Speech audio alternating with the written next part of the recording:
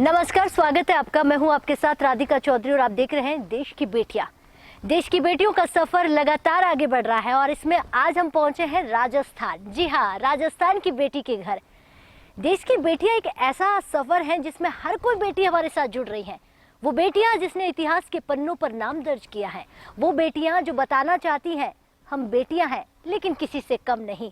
वो बेटियां जो बेटियों पर सवाल खड़े करने वाले लोगों के लिए आगे आकर कहती हैं कि एक मौका देकर तो देखिए, फिर देखिए हमारी बेटियां क्या कुछ करती हैं।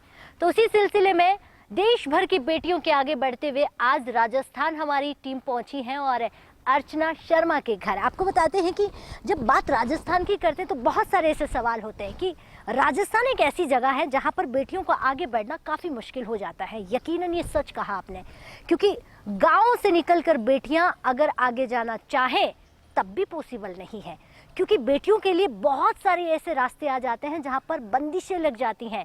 शादी कर लीजिए, फिर आपका जो पति चाहे वो कर लीजिए, या यूँ कहें कुछ बन जाइए, लेकिन बन कैसे जाइए, एक मौका देंगे तभी तो। ऐसी ही कुछ हमारी आज एक बेटी अर्चना शर्मा जो आपको बताएगी कि बेटियों के लिए संघर्ष कितना है, खुद उस बेटी के लिए कितना संघर्ष रहा है। उस बेटी को सुनकर हो सकता है हमारे गांव की, हमारे राजस्थान की तमाम बेटियों की, परिवारों की, खासकर परिवार इसलिए कहती हूँ क्योंकि अगर आप बदल जाएंगे तो आपकी बेटियों के लिए रास्ते खुल जाएंगे। चलिए चलते हैं। तो चलिए, हम पहुँचे हैं आज राजस्थान की बेटी के पास। नमस्कार, कैसे हैं आप? बहुत बढ़िया। बहुत प्राउड होता है। मैं बहुत अच्छी हूँ जब बात राजस्थान की बेटियों की आती है। ऐसा नहीं है कि हमारे राजस्थान की बेटियाँ आज कहीं नहीं हैं। इतिहास उठाकर देखेंगे तो हमारे राजस्थान की बहुत सारी ऐसी बेटियां हैं जिन्होंने इतिहास के पन्नों पर अपना नाम लिखकर छोड़ दिया है। लेकिन आज भी अर्चना शर्मा हमें बताएगी कितना कठिन है अर्चना शर्मा बनना। देखिए, मैं समझती हूँ कि 2021 है ये है और हम उस विंटेज के, या मैं कह सकती हूँ आप तो मुझसे छोटी हैं। हाँ, बिल्कुल। उस दौर के लोग हैं जब हम सुविधा संपन्न दौर में तो आ ही गए थे। जी जी। लेकिन बहुत सारी उपलब्धताएं महिला के रूप में उस समय भी उपलब्ध नहीं थी, और अभी भी आप जाएंगे तो राजनीति जैसे कठिन क्षेत्र में थोड़ी कठिनाइयाँ आती हैं। पर मैं मानती हूँ कि राजस्थान की धरा वीरभूमि है। हाँ। और यहाँ पर इतिहास में आपने खुद ने कहा कि बहुत सी ऐसी शख्सियत हैं जिन्होंने मुकाम पे पहुँच करके, और एक महिला का क्या गर्व होता है या गौरव होता है, क्या उसकी क्षमता होती है, कितनी शक्तिशाली वो होती है आंतरिक रूप से, वो सब प्रतिमान स्थापित की है। जहाँ तक मेरी बात है तो मैं तो एक प्रिविलेज फैमिली से रही हूँ, क्योंकि मेरे जो पिता हैं वो पुलिस अधिकारी रहे, भारतीय पुलिस सेवा के। लेकिन ये बात सही है कि किसी ने ये नहीं सोचा था कि मैं राजनीति जैसे क्षेत्र में आऊँ। जी। और मैं समझती हूँ कि वैसे तो हर क्षेत्र में कठिनाइयाँ होती हैं, हर क्षेत्र में इम्पेडिमेंट्स होते हैं, हर क्षेत्र में अपनी कुछ ऐसी दुविधाएं होती हैं जो महिलाओं को पार करनी होती हैं। लेकिन राजनीति मुझे लगता है सबसे कठिन क्षेत्र है। जी। उसका कारण ये होता है कि जब महिला सक्रिय राजनीति में आती है और यदि उसका सामना किसी पुरुष से होता है दूसरी पार्टी के, तो अमूमन उसका जो आकलन किया जाता है उसमें उसको थोड़ा सा दोयम दर्जे के रूप में देखा जाता है। और कई बार ये भी सोचा जाता है कि महिला को जिता देंगे तो पता नहीं ये काम कर पाएगी नहीं कर पाएगी, तो उसे प्रूव करना पड़ता है अपने आप को। और महिलाओं का जो एंट्री है पॉलिटिक्स में, वो मैं समझती हूँ कि पूरे विश्व में भी अगर आप देखेंगे, मैंने बहुत सारी इंटरनेशनल कॉन्फ्रेंसेस में पार्टिसिपेट किया। तो जब मैं शुरू में गई तो मुझे लगता था कि भारत से आई हूँ तो हो सकता है कम प्रतिनिधित्व हो, लेकिन यूएसए के सेनेटर्स से बात की तो पता चला वहाँ भी 12-13% है रिप्रेजेंटेशन। तो कमोबेश ये ग्लोबल सिनेरियो है। और जिनको अवसर मिल जाए तो उनको जब प्लेटफॉर्म मिले तो अपने आप को प्रूव करना चाहिए। तो कहीं डर तो नहीं है पुरुष प्रधान देश में पुरुषों को कि महिलाओं को जब मिल जाता है पद तो वो इतना खूबसूरती से निभाती है, और आपने देखा होगा जहाँ जिस पद पर होती हैं उसका नक्शा पूरा बदल जाता है, तो ये डर भी हो सकता है। देखिए, एक बार मुझसे आपकी तरह एक युवा एंकर थी, उन्होंने मुझसे पूछा कि महिलाएं जब पार्लियामेंट में 33% पहुंचेंगी या कभी 50% पहुंच जाएंगी तो क्या अंतर होगा। तो देखिए, मुझसे पूछने से पहले मेरी एक साथी से पूछा जो विपक्षी पार्टी की थी। तो उनका जवाब था कि सदन खूबसूरत हो जाएगा, रंगीन हो जाएगा। मैंने कहा नहीं, ऐसा नहीं होगा। सदन में गरिमा आ जाएगी। क्या बात है। क्योंकि महिला खुद ही स्वतः ही गरिमा की मूर्ति है। और मैं समझती हूँ कि जब महिलाएं बैठती हैं तो पुरुष भी अपनी संयम के साथ वार्ता करते हैं, संवाद करते हैं। और महिलाओं के सक्रिय होने से बहुत सारी चीज़ें बदल जाती हैं। क्योंकि देखिए, सबसे बड़ा जो हम लोगों को एक कह सकते हैं ईश्वर से प्रदत्त जो चीज़ है वो है कि हम दूसरों के प्रति संवेदनशील हैं। और जब महिलाएं किसी भी सदन में पहुंचे, चाहे पंचायत में पहुंचे या देश की सबसे बड़ी पंचायत में पहुंचे, तो वो सबसे पहले सामाजिक सरोकारों से जुड़े मुद्दों को लेकर के और सक्रिय होती हैं और कोशिश करती हैं, प्रयास करती हैं कि वो उन मुद्दों को लेकर कानून बनाने में भी सहयोगी बने। तो ये बहुत बड़ी चीज़ है जिसे एक्नॉलेज जब विश्व में कर लिया जाएगा तो सब कुछ बदल जाएगा। क्या बात है, बहुत खूबसूरत जवाब दिया। और सुनने वाले, मैं कहूँगी कि सदन में बैठे हुए जो हमारे पुरुष प्रधान जिसे देश कहा जाता है, वो भी सुनकर सोच रहे होंगे कि बड़ा सही सटीक जवाब की गरिमा आ जाएगी। अगर मैं तो मानती हूँ महिलाएं अगर आ जाती हैं तो बढ़ते हुए अपराध जो हमारे महिलाओं के प्रति हैं, बेटियों के प्रति है, रेशियो लगातार बढ़ रहा है, वो भी कम हो जाएगा, क्योंकि अगर महिला हर क्षेत्र में आगे आगे आ रही है। अब सवाल मैं आपसे करती हूँ राजनीति का, क्योंकि बेटियां राजनीति में आना तो बहुत दूर है, सपने में सोचना भी नहीं होता है। या तो बेटियां पुलिस या टीचर अफसर बनती है, उसके लिए भी उनको पहले प्रूव करना पड़ता है कि पापा मैं ये कर सकती हूँ और बिल्कुल सही सलामत रहकर कर सकती हूँ। तो पापा का जवाब होगा है शादी कर लो, उसके बाद कर लो। आपको लगता है ये शादी वाला वर्ड कुछ बदला है? अगर राजस्थान में, अगर गाँव की तरफ में जाऊँ, देखिए ग्रामीण क्षेत्र में भी अब मैं देख रही हूँ कि बहुत युवतियाँ या युवा महिलाएं जो सक्रिय हो रही हैं राजनीति में। उसका एक कारण है, एक तो हमने रिजर्वेशन दिया ग्रास रूट लेवल पे, तो एक बाध्यता हुई कि 33% महिलाएं, या यूँ कह सकते हैं 50% का भी पार्टिसिपेशन की भी यहाँ प्रावधान है, और महिलाओं के नौकरी में भी 33% रिजर्वेशन है। तो सतही महिलाएं आगे आ रही हैं। अब मैंने देखा 21 साल की युवती भी मेयर बनी है इस देश में। हमारे यहाँ पंचायतों में भी बहुत कम आयु में लड़कियां जा रही हैं। कोई बहुत अच्छी शिक्षा प्राप्त की हुई युवतियां हैं जो छोटे चुनाव लड़कर भी अपनी सक्रियता को साबित कर रही हैं। लेकिन होता यही है कि एक बार आपने यदि किसी चीज़ को हासिल किया तो आगे उस मुकाम में आगे बढ़ पाएंगे नहीं बढ़ पाएंगे, इसके इम्पेडिमेंट्स तो आते ही आते हैं। तो वो मैं समझती हूँ हर क्षेत्र में है। लेकिन राजनीति में चूँकि मैं एक छोटा सा उदाहरण देती हूँ, कई लोग पूछते हैं कि पूछते क्या, मैं ही उनसे कहती हूँ कि आपने यदि यूपीएससी का एग्ज़ाम दिया या राजस्थान पब्लिक सर्विस कमीशन का एग्ज़ाम दिया तो एक पेपर होता है जिसको एक एग्जामिनर जांचता है। बिल्कुल। लेकिन राजनीति में आपके एग्जामिनर्स बहुत सारे होते हैं, लाखों की संख्या में, और हर व्यक्ति इस चीज़ को समझने को तैयार होगा कि ये महिला आगे बढ़ करके कर सकती है नहीं कर सकती है। तो वो एक दुविधा होती है। महिलाएं महिला के सामने जब चुनाव लड़ती हैं तो मैं समझती हूँ उस समय सक्षम महिलाएं जीतती हैं। लेकिन जब पुरुष के सामने एक महिला लड़ती है तो जैसे मैं खुद एक उदाहरण हूँ, मैंने 2 बार विधानसभा चुनाव लड़ा है। और हालांकि वो सीट बहुत कह सकते हैं कि परंपरागत रूप से विपक्षी पार्टी के खाते में जाती है 35 साल, लेकिन फिर भी जाकर टक्कर ली। हाँ, टक्कर ली। और कह सकते हैं कि 1% से भी कम से हारे तो इसका मतलब वो मैनेजमेंट या जो भी सिस्टम की हार हो गई। पर मुझे लगा कि जनता में स्वीकार्यता बढ़ी है, और वो तब बढ़ती है जब महिलाएं दोहरे मापदंडों को पूरा करके आगे बढ़ती हैं। तो ये परिस्थितियों का सामना करना पड़ता है। क्या बात है, कितना खूबसूरती से हमारी बेटियों के लिए आपने सवाल रखा है।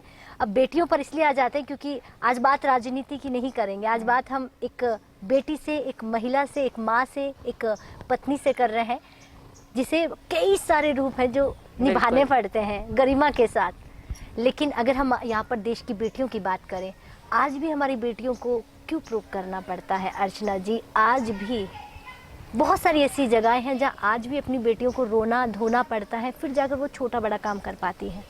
देखिए, मैं एंथ्रोपोलॉजी की स्टूडेंट रही हूँ और मैंने उसमें मैट्रियार्कल सोसाइटी भी पढ़ी है, लेकिन वो ट्राइबल सोसाइटी थी। जो परिष्कृत हुआ समाज जी, वैसे वैसे महिला का दर्जा जो था दोयम होता गया। उसकी जो कह सकते कंसिस्टेंसी थी उसमें ज़्यादा दोयमता का भाव आता गया। और कोई इसे समझना नहीं चाहता। सब कहते हैं वेस्टर्नाइज वर्ल्ड में महिलाएं बराबर हैं। जितना डेवलप, जितना विकसित होगा समाज, उतना ही अप्रिहेंशन महिलाओं के प्रति आता है। उसका कारण है वो बायोलॉजिकली कमज़ोर दिखती हैं, लेकिन अंदर से बहुत मजबूत। और आपने देखा होगा, छोटे छोटे उदाहरण होते हैं, मैं लोगों को समझाने के लिए उदाहरण देती हूँ कि जब किसी पत्नी के पति की मृत्यु हो जाती है तो कोई नहीं कहता कि इसकी शादी कर दो। यूँ कहते हैं पहाड़ सी जिंदगी कैसे गुजारेगी, ये चिंता करते हैं। लेकिन कोई नहीं कहता इसका पुनर्विवाह कर दो। यदि उसके जगह पत्नी मर जाती है और पति जो है यदि 50-60 का भी है तो कहते हैं ये कैसे बच्चों को पालेगा, इसकी शादी कर दो। क्या ये नजरिया है दुनिया का। और वो महिला पहाड़ सी जिंदगी निकालती है, बच्चों का पोषण करती है, उनको सक्षम बनाती है, अपने पैरों पर खड़ा करती है, अपनी जिंदगी को स्वा करती है। तो ये अंतर हमने देखा है अपनी लाइफ में। और आप देखिए ना, महिला कितनी भी आगे बढ़ जाए, कितना भी वो मुकाम हासिल कर ले, कितनी बड़ी पोजीशन पे हो, उसके मन में हर समय 24 घंटे उसके दिल के कोने में उसके परिवार, उसके बच्चों की चिंता हमेशा समाहित होती है। कितनी भी बड़ी बड़ी महिलाओं से मिल लीजिए, उनसे कभी प्राइवेट उसमें बात करिए कॉन्वर्सेशन में, तो वो रिवील करेंगे कि हर समय मुझे अपने परिवार की, अपने बच्चों की चिंता कहीं ना कहीं होती है। ठीक है, ये बात तो होगी तमाम बेटियों के लिए। मैं आपके अंदर ही झांक कर देखूं तो आसान नहीं था, शादी के बाद भी आपको भी काफ़ी कठिनाइयाँ आई, और वो भी राजनीति को लेकर। देखिए, सच है ये बात? मैं तो ये समझती हूँ कि हो सकता है लीडरशिप क्वालिटी हर महिला में हो, किसी में आकांक्षा भी होती है राजनीति में आने की। मैं कम से कम राजनीति की प्राणी नहीं थी, और जैसे डेस्टिनी होती है मैं भी आ गई। पारिवारिक पृष्ठभूमि समझ लीजिए, राजनीति में आने के समय अंदाज़ा नहीं होता कितनी मुश्किलें होंगी। राजनीति अगर जनप्रतिनिधि के रूप में है तब और मुश्किलें होती हैं, अगर संगठनात्मक तौर पर है तो मैंने दोनों को अनुभव किया है। और मैं समझती हूँ कि जब आप सक्रिय रूप से राजनीति में भाग लेते हैं तब आपके मन में एक आकांक्षा होती है कि मुझे चुनाव भी जीतना है। और वो जो दौर है वो बहुत मुश्किल भरा हो जाता है, क्योंकि महिलाओं को बहुत आसानी से बहुत अच्छी सीट, या यूँ कह सकते हैं, आपने देखा होगा ना पार्लियामेंट में भी कई बार ये मुद्दे उठाए महिला पार्लियामेंटेरियंस ने कि महिलाओं को यदि आगे बढ़ाना है तो उन्हें सुरक्षित सीट पे लड़वाइए। लेकिन मुझे लगता है कि जब टिकट चयन की प्रक्रिया शुरू होती है तो टिकट को एक टोकनिज्म माना जाता है, और उनको वो सीट्स दी जाती हैं जहाँ पर जीत की निश्चितता नहीं है। तो ये सब चीज़ें हमने देखी है, और अवसर भी गंवाए हैं, अवसर नहीं भी मिले हैं। लेकिन मैंने अपने जीवन में मेरे पिता से एक चीज़ सीखी थी, और वो ये था कि अगर मंच पे थोड़ा सा स्थान भी मिले तो कोशिश करो मंच तुम्हारा हो जाए। और वही प्रयास किया, और मैं समझती हूँ कि मेरे पारिवारिक पृष्ठभूमि मेरी विचारधारा से इतर थी, यानी मेरी पार्टी की विचारधारा से। तो उस दौर में मुझे इस चीज़ का भी सामना करना पड़ा कि अमुक व्यक्ति की ये बहू है, मैं आचार्य श्री धर्मेंद्र जी महाराज की पुत्रवधू हूँ। तो लोग कहते थे कि उनकी विचारधारा कांग्रेस पार्टी से अलग है, और उस दौर में मुझे ये स्ट्रगल भी करना पड़ा, और मुझे लगता था कई बार कि ये स्टिग्मा की तरह से इस्तेमाल किया जाता है। उसको पार करना एक दुविधा थी, उसे पार किया तो अपने आप को स्थापित करने में समय लगा। आज मुझे 21 साल हो गए, अब अर्चना शर्मा के नाम से जानी जाती है। अब कोई उसके पीछे बैकग्राउंड को अटैच नहीं करता। सवाल सबसे पहले पूछा, उसका जवाब अब जाकर मिला है कि 21 साल लगे हैं जी अर्चना शर्मा को अर्चना शर्मा बनने में। बिल्कुल बिल्कुल। तो 21 साल बेटियों को अपने आप को निखारने में देना ही पड़ेगा, चाहे हम किसी दौर की बात कर ले, 21वीं सदी में क्यों ना पहुंच जाए। अच्छा, यहाँ अगर मैं पूछ रही हूँ कि बेटियों के लिए हम इतना स्ट्रगल, तो अर्चना शर्मा जी, क्या अगर एक बेटी अच्छे परिवार से आती है, अच्छे खानदान से आती है, तो उसके लिए थोड़े रास्ते आसान हो जाते हैं?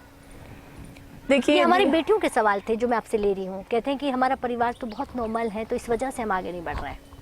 देखिए, ये बात बिल्कुल सही है। अभी मैंने एक प्रतिष्ठित समाचार पत्र में एक खबर पढ़ी, या यूँ कह सकते हैं एक रिसर्च पेपर था उनका। तो उसमें देखा कि जो मेरिटोरियस स्टूडेंट्स होते हैं, यदि पुरुष और महिला में तुलना की जाए, तो उन्होंने उसको एक खोदा, एक तरीके से निकाला कि 70 के दशक से लेकर अब तक कितने लोग मेरिट में आए, और उनमें से कितने लोग हैं जो विदेशों में जाकर बस गए। तो उनका ये आकलन निकला कि अमूमन जो लड़के थे वो 2 टियर 3 टियर जो सिटीज़ हैं उसमें से निकल कर भी विदेश चले गए मेरिट में आने के बाद। लेकिन लड़कियाँ अमूमन मेट्रो सिटीज़ से थी, लेकिन वो विदेश नहीं गई। या फिर उनमें से 1-2% है जिसको परिवार ने प्रोत्साहित किया। पर उनको भी जब इंटरव्यू किया गया तो वो बोले कि हर बार हमारे परिवार से यही कहा जाता था, आगे परस्यू करना, पहले शादी कर लो। और देखिए, रिसर्च एक ऐसा क्षेत्र होता है जहाँ पर बहुत टाइम देना पड़ता है। अगर मान लीजिए कोई महिला डॉक्टर बनना चाहती है और बच्ची, और यदि उसकी पढ़ाई में अच्छे नंबर आते तो उसके माँ बाप कहेंगे नहीं, इंजीनियरिंग परस्यू करो, डॉक्टरी में बहुत बड़ा समय लगता है। तो ये जो बाइनरीज हैं हमारे माइंडसेट में, ये जब तक नहीं निकलेंगी तब तक ये दुविधाएं बनी रहेंगी, कितना भी प्रिविलेज परिवार हो, कितना भी। और देखिए, जो जहाँ प्रिविलेज नहीं है वहाँ तो सवाल ही नहीं है उसके आगे बढ़ने का, वहाँ तो उसे खूंटे से बांधना ही बांधना है, उसे बोझ समझा जाता है। तो ये सारी चीज़ें हमारे परिवेश में ज़्यादा हैं, विदेशों में नहीं है। पर जो हमारे समकक्ष या हमारी जैसी सोच के देश हैं, वहाँ पर ये चीज़ें बखूबी अभी भी कायम है, कितना भी विकास हो जाए। अच्छा, पूछना तो नहीं चाहते थे हम आपसे, लेकिन फिर भी पूछेंगे, क्योंकि 21 साल से राजनीति अगर कहूँ या स्ट्रगल कहूँ या संघर्ष भरी कहानी कहूँ, उसमें एक सवाल राजनीति का करने का मन है, अगर आपकी इजाज़त हो तो। जी जी बिल्कुल। चलिए, बहुत शुक्रिया। पहला सवाल ये करूँगी कि बेटियों को बांट क्यों दिया जाता है? मैंने बहुत बार देखा है, ये उस शहर की बेटी हैं, ये वहाँ की बेटी हैं, ये हमारी बेटी नहीं है। बेटियों के साथ जब गलत होता है, अत्याचार होता है, बेटियों के साथ रेप होता है, तो ये जो सत्ताएं, जो सरकारें हैं, ये राजनेताएं हैं कुर्सी पर बैठे, क्यों बयान देते हैं हमें, कहते हैं कि ये तो राजस्थान की बेटी है, ये यूपी की बेटी है। अगर मिल के वो राजस्थान और यूपी अगर न्याय दिला दे तो किसी की मजाल हम बेटियों के साथ कुछ गलत हो। बिल्कुल आप सही कह रही हैं, इसमें राजनीति शुरू हो जाती है। और राजनीति इससे शुरू होती है कि जिसके राज्य में घटना घटी उसको डॉक में खड़ा करके और दूसरे लोग उस पर अपनी राजनीतिक रोटियां सेकने का प्रयास करते हैं। बिल्कुल। लेकिन मैं समझती हूँ यदि महिला राजनेता इससे यूँ उठ जाएं तो ये परिस्थितियाँ खत्म हो जाएंगी। लेकिन मजबूरी होती है, पार्टी लाइन होती है सबकी, सबको अपनी पार्टी के स्टैंड पर खड़ा होना होता है। या यूँ समझ सकते हैं कि हमारे कुछ बायसेस हो जाते हैं और हम उस पीड़ा को जो उस बच्ची ने झेली है उसको महसूस करने के स्थान पर उसको एक ऑब्जेक्टिफाई करके और हम सिर्फ उसको एक मुद्दा बना करके और उसको कितना ज़िंदा रखा जा सकता है, कितना उसके आधार पर राजनीति की जाती है, उसको शुरू कर देते हैं। तो ये चीज़ें और देखिए परपेचुअली चलती हैं, किसी जगह हो गया दूसरी जगह भी होता है। पर अब ये तो मीडिया की भी भूमिका है, किसको मुद्दे को हवा देती है, किसी को नहीं देते हैं। देखिए ये जघन्य अपराध होते हैं, जघन्य से जघन्य। ये तो मैं कहूँगी बहुत पुरानी दुश्मनी है। नेताओं से ऐसा कोई सवाल पूछ के तो देखो, आपकी बिरादरी में अंगुली डाल ही देंगे कि देखिए। नहीं, लेकिन देखिए आप मानिए इस बात को कि मान लीजिए एक दुखद घटना 2016 में निर्भया कांड हुआ, लेकिन वैसी घटना 8 साल लग गए और आज उस दौर में और भी तो कितनी नहीं, और उसके बाद क्यों, उससे पहले भी, उसके उस दौरान भी। लेकिन जो मुद्दा था जिसको माइलेज मिल गया मीडिया में, या यूँ कैसे जिसे मीडिया ने हाथों हाथ लेकर के उठा दिया, उस मुद्दे को तो लोग समझना चाहते हैं। लेकिन उनके पड़ोस में ऐसी घटना घटी है तो लड़की का चरित्र है कि राजनीति में भी देखते हैं कि इस मुद्दे पर अच्छी राजनीति हो सकती है। अब मीडिया क्या करे, फिर वो दिखाएं। राजनेता तो मीडिया की चाल चलते हैं ना, क्या करें, मजबूरी है। देखिए अर्चना जी, आप एक बेटी हैं और एक बेटी, एक बहू, सारे रोल आप निभा रही हैं क्योंकि आप बहुत बड़े हैं हमसे, हम तो आपसे बहुत छोटे हैं अभी। आप अगर जिस जगह खड़ी हैं, एक बेटी के साथ कुछ होता है तो क्या आप ये देखेगी कि मैं कांग्रेस पार्टी में हूँ, मैं बीजेपी में हूँ, मैं आम आदमी में हूँ? आप चाहती हैं, आप चाहेंगी कि इस बेटी के साथ न्याय हो? बिल्कुल मैं चाहूँगी न्याय हो। और मैं आपको बता दूँ कि जब मैं प्रवक्ता रही हूँ प्रदेश कांग्रेस की, मुझे 11 साल हो गए और मीडिया के प्रभारी के तौर पर मैंने 7 साल तक जिम्मेदारी निभाई है जी। तो मैंने कभी भी ऐसा प्रयास नहीं किया कि महिला पर घटित अपराध का हम राजनीतिकरण करें। परंतु जहाँ खामी है, जहाँ पर राजनीति की जा रही, वहाँ तो महिलाओं को सक्रिय होकर मुखर होना पड़ेगा। तब जाकर के महिला के प्रति होने वाले अपराधों को एक न्यूट्रल माइंडसेट के साथ देखा जाए, उसे न्याय दिलवाने के लिए संघर्ष किया जाए, ऐसी प्रवृत्ति उत्पन्न होगी। पर दुर्भाग्य देखे ना कि अभी मतलब मुझे कोट कर रही हूँ फॉर एग्जाम्पल, ये कोई मतलब किसी पर आक्षेप की तरह से नहीं, हाथरस की घटना घटी तो हमारे कैबिनेट में बहुत सी महिला मंत्री भी हैं, किसी का कोई बयान नहीं आया। विपक्ष बोलता है तो वो लोग कहते हैं तुम्हारे राज्य में नहीं होता क्या? अरे साहब, होता होगा, लेकिन आप न्याय दिलवाओ। आप तो कम से कम महिला की पीड़ा को समझो। आप तो कम से कम ये कहो कि हम उसको न्याय दिलाने का काम, ये मत कहिए पुलिस ऐसी है, उसके भाई ने उसको मार दिया, ऑनर किलिंग, ये झूठी चीजें प्रचारित करके। कम से कम ये मत कहिए कि 70 साल कांग्रेस थी, उन्होंने नहीं किया। अरे भाई अब आप हैं, आप कर दीजिए। और कब तक आप दोषारोपण करेंगे? आज तो इनको मेरे ख्याल से 6 साल पूरे हो गए, तो ऐसे में कब तक ये दोषारोपण की राजनीति होगी? लेकिन जो बातें कही आपने उस पर गौर फरमाना जरूरी है। मेरा एक निवेदन है, बार बार जब भी मैं देश की बेटियों के साथ खड़ी होती हूँ कि बेटियों पर राजनीति ना करें, और फिर देखिए हमारी गरिमा के साथ देश कैसे आगे बढ़ता है। फिर हम आते हैं देश की बेटियों के लिए। आज जब देश की बेटियों की हम बात करते हैं तो उसमें ये देखते हैं कि हमारी बेटियां गांव से निकलकर इतिहास रच रही हैं, बड़े बड़े पद पर गई हैं। आपने कहा कि इसके लिए ज़रूरी नहीं है कि आप बहुत बड़े घराने से हो, छोटे घरों की बेटियाँ भी आगे जाती हैं। अपॉर्चुनिटी की अगर मैं बात करूं, सरकार का, या मैं कहूं कि हमारी जो सरकारें मौजूदा बैठी होती है, उनका क्या दायित्व बन जाता है कि हमारी बेटियों को आगे लेकर आए, उनके लिए उन्हें आत्मनिर्भर कैसे बनाए, परिवारों की सोच कैसे बदले? देखिए आत्मनिर्भरता का जो ये नारा है कोई नया तो नहीं है, ये तो गांधी जी ने दिया था। अब नए नए स्वरूप में उसको बदला जाता है। बेटियां तो वैसे ही आत्मनिर्भर होती हैं, उनको बोझ समझने वाले मैं समझती हूँ मूढ़मती लोग होते हैं, चाहे उनके घर वाले ही क्यों ना हो।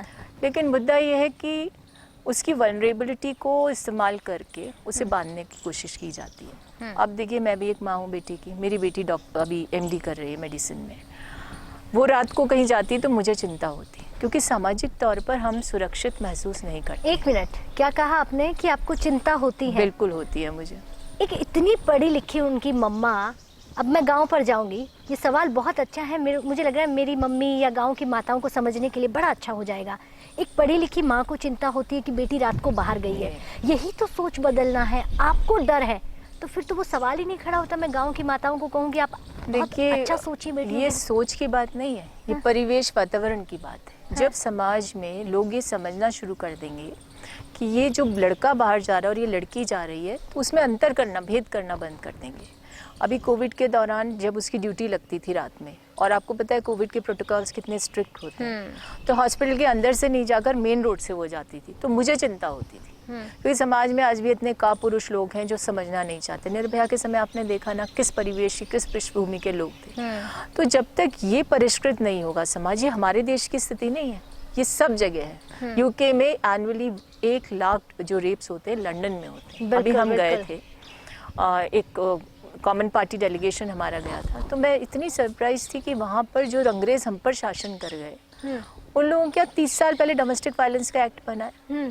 यानी कितनी कंजर्वेटिव सोसाइटी है। तो महिलाओं को सेकंड फिडल प्ले करने की जो एक भूमिका हुई है, मैं हमेशा कहती हूँ, लोग हंसते हैं इस बात, परिष्कृत समाज की देन है।